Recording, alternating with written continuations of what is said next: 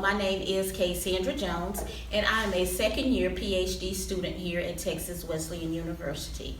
My cohort here today with me is Joey Santos. Today, we would like to present a segment on professional issues and things to consider when entering into the LMFT field.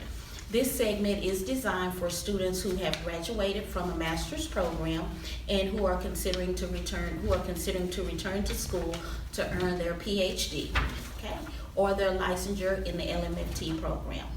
Joey's going to also speak today on considerations one can look at when considering to join the AAMFT program. We would also like for you to examine some of the literature and information that is presented by the Texas State Board of Examiners of Marriage and Family Therapists. For those who are considering a licensure in the LMFT profession, we'd ask that you take a look at the Texas State Board of Examiners of Marriage and Family Therapists website. This website gives you information on the licensure requirements, as well as the education requirements, and the LMFT associate status and how to be recognized as one. Joey's going to talk to us a little bit more today about AAMFT and the benefits of joining this organization. So while the Texas Board of Examiners of Marriage and Family Therapists, they control your license. They're the ones that determine, like Cassandra said, all the hours that you need to become an associate and eventually, fully licensed.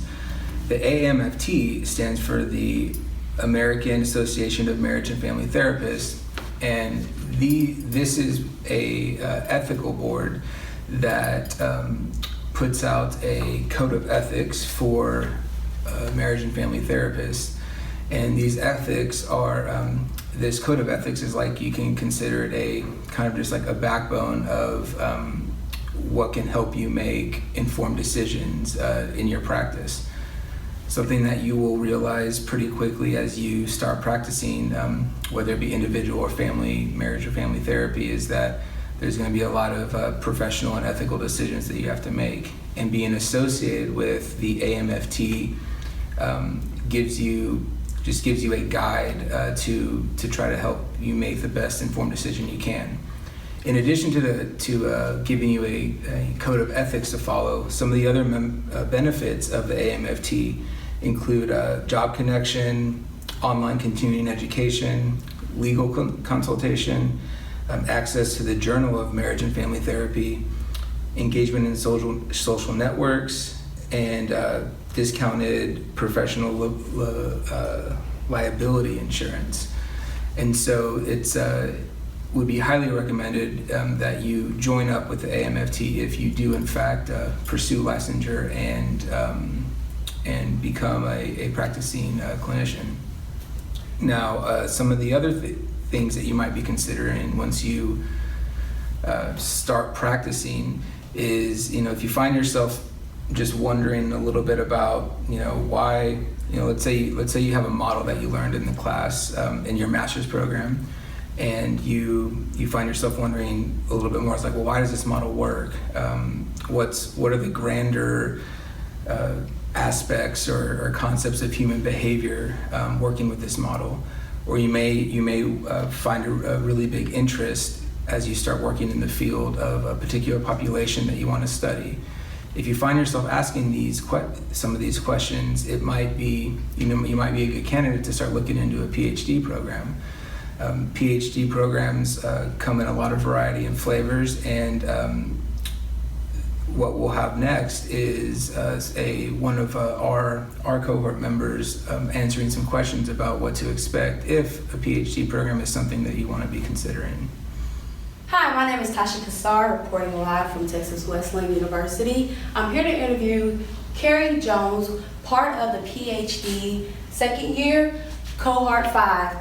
Carrie, how are you doing today? I'm doing fine, Why don't you tell us a little bit about the PhD in Marriage and Family Therapy? What will students learn if they apply for school here?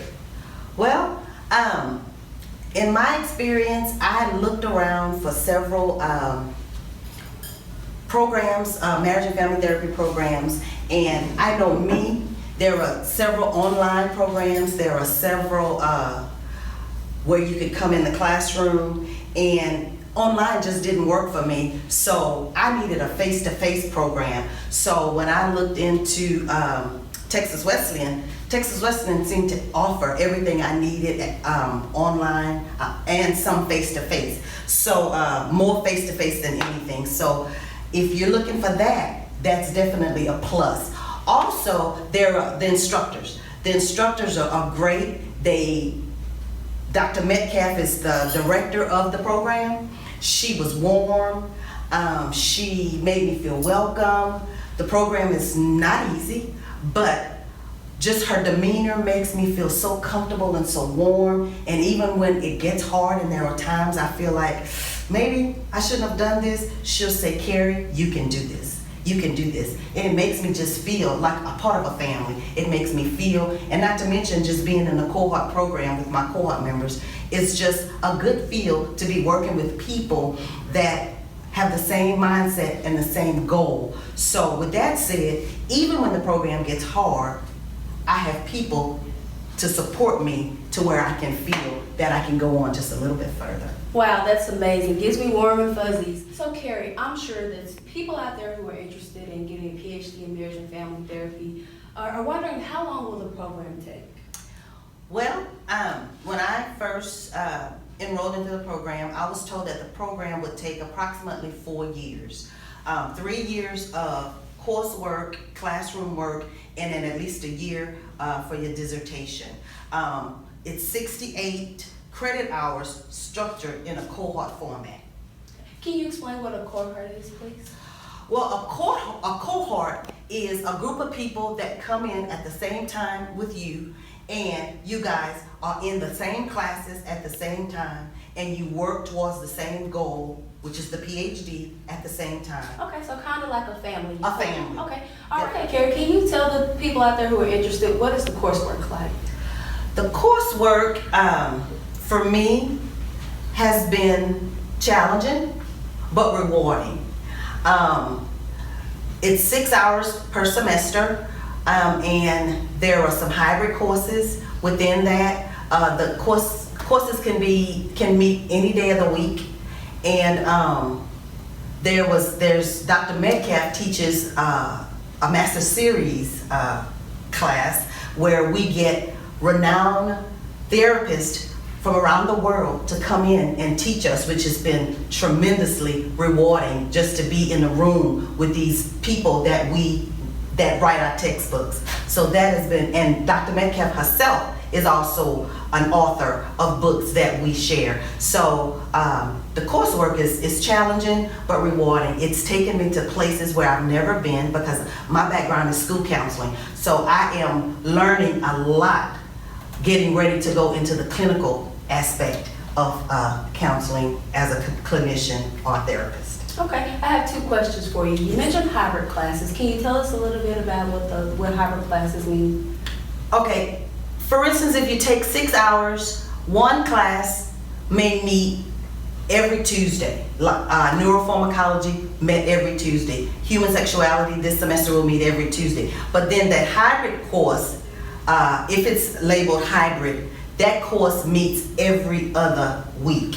If it's a Tuesday night course, it may not meet every Tuesday. You'll meet a Tuesday, then you're off one Tuesday, but that instructor you'll be either posting on Blackboard or doing some type of classroom work, but you don't have to meet that night, and then you meet the following night. So that's basically what a hybrid course is. It meets every other night, every other week. Okay, every other PM. week. Okay. Carrie, you mentioned something about a master series. Can you tell me your favorite master therapist that presented? Wow, that's a very good question because we've been exposed to so many master therapists in the last year, in the first year of our program. But I would have to say my favorite was Dr. Meichenbaum, and he is cognitive behavioral therapy. No, I take that back. My favorite was Elliot Connie. Okay. With solution-focused therapy. Oh, wow. That was my favorite, my all-time favorite, because that's the type of therapy that I would like to use when I graduate. Solution-focused therapy, questions, just learning the right questions to ask the client and helping that client come up with just the best practice for his life. So Elliott Connie, I think, would be my all-time favorite. Then I would say Dr. Meichenbaum. And my third would be Dr. Monica McGoldrick, who is a guru of the genogram. Those are my three. Elliott Connie, Dr. Meichenbaum with cognitive behavioral therapist, and Dr. McGoldrick. Wow, so much enthusiasm. Must be extremely important to be able to sit in front of those master therapists to learn firsthand how to work those models that you're learning. Yes. So can you tell me, how do you balance? It seems like there's a lot going on, 6 hours. Do you have a full-time job? Yes, I do. Full-time job, family, just a lot going on.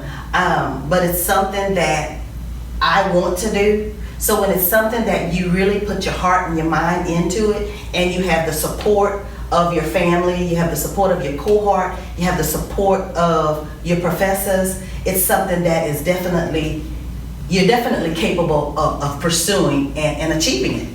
Can you tell us, how would one who entered the program kind of balance school and work and life? How do you do all of that? I take a certain time that I get my work done. I put everything aside. You have to prioritize. Prioritize your work, prioritize your play. Just like with anything, you have to have boundaries. You have to know when to say yes and when to say no. Make a checklist of what needs to be done, when it needs to be, when it's due, when you need to turn it in, and you prioritize. Carrie Jones, I would like to thank you for your participation in this interview. I'm sure that all of the students out there who are considering coming to Texas Wesleyan for a PhD in marriage family therapy have really been helped by the information that you've given us. Thank you so much for your time. Wrapping up, we want to talk a little bit about the admission requirements. Texas Wesleyan provides a brochure regarding the admission requirements coming into their PhD in marriage and family therapy. It says that you must have a master's degree in marriage and family therapy or professional counseling, social work, psychology, or other related mental health field. Complete coursework required for license as an LMFT in the state of Texas, or up to 12 additional hours for those who without an LMFT.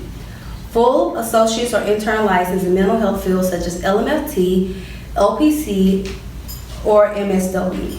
A master's degree with a GPA of 3.2 or higher.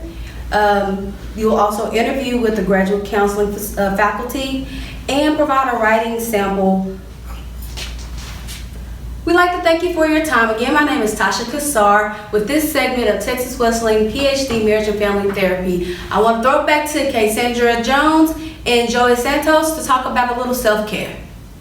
Thanks, Tasha and Carrie, for that enlightening interview. Joy, what would you say your perspective on that interview was? I think it was great. Whether someone's looking into Texas Wesleyan for a PhD program or just any PhD program, the things that Carrie talked about are valuable information. Yes, and along with that, we would like to recommend that someone who's considering the PhD program, consider speaking with your family in depth about what balance and how those life changes would impact your home environment. As far as finances, I think it's important if your company offers tuition reimbursement, see if that's something that's available for you in pursuing this program. Career-wise, I would say definitely maintaining the balance and prioritizing that Carrie mentioned in her interview are things to definitely consider as far as with your career goals and looking at the PhD program. Stress. Stress is one of those things that we all have to manage. Joey, your thoughts on stress? Mm-hmm. PhD, whether you're in a PhD program or just a master's level clinician, work gets stressful. And one of the things that we would recommend is having some either skills or activities, whether it be breathing or meditation or exercise that will that you have found to help with stress, and implement that. And another thing that I've found helpful as a clinician who is both working as in a private practice, for example, and PhD is the model that you have chosen in your master's class. Really stick to that model. Sticking to a model and just asking yourself what the model would say in heavy situations can really help prevent some burnout, because you always have a place to go. So that's something that's helped me really manage, those hard clients and hard sessions. And thanks for saying that. Like you said, those things that help you manage. The thing I would add that helps me manage is having the thought process and the mind process that everything deserves 100%. Yes, I push myself a little harder with that thought concept, but again, I think it's great to have that along with your life balance. And one thing to always remember when considering a PhD program, the cohorts that enter the program, as Tasha was explaining as far as the program requirements, have different licensures, backgrounds, and degrees. Everyone comes in highly credentialed and well educated. By no means is this a competition between the cohorts. Always remember that you and your cohorts will become a family, and you will need them for support. So always know when entering a PhD program that you and your cohort should look at each other as a support system. We thank you for tuning in to our interview and learning a little bit more about the Texas Wesleyan University PhD program and LMFT licensure requirements. Joy, do you have anything else to add before we wrap up? No, some of the websites that we spoke about in today's segment, we'll make sure to publish them underneath the video so you can have some access to them. But other than that, thanks and have a great day. Thank you.